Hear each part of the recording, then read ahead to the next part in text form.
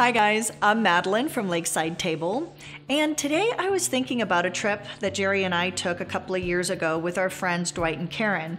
We went to New York City, and if you've ever been to New York, you know it is a foodie's paradise. And one of the places that we went to was Swifty's restaurant. And I'm really glad we went because Swifty's closed in January 2016. And one of the things that they were famous for was Millionaire's bacon. So that's what we're making today.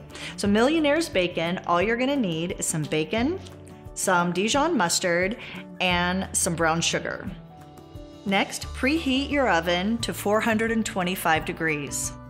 Separate the strips of bacon and spread a very light skiff of mustard on one side. Coat one side of bacon with brown sugar and it's ready for the oven.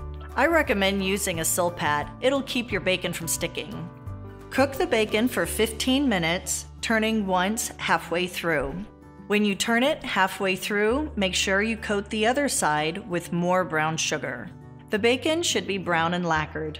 Oh man, salty and sweet, crunchy and chewy. You are really gonna like these, and there is nothing healthy about them.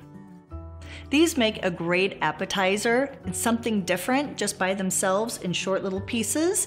And if you put just a little piece of this on a deviled egg with some hot sauce, amazing. We're gonna do that next week. So until then, have a wonderful week. Go have fun in your kitchen. Please remember to like this video.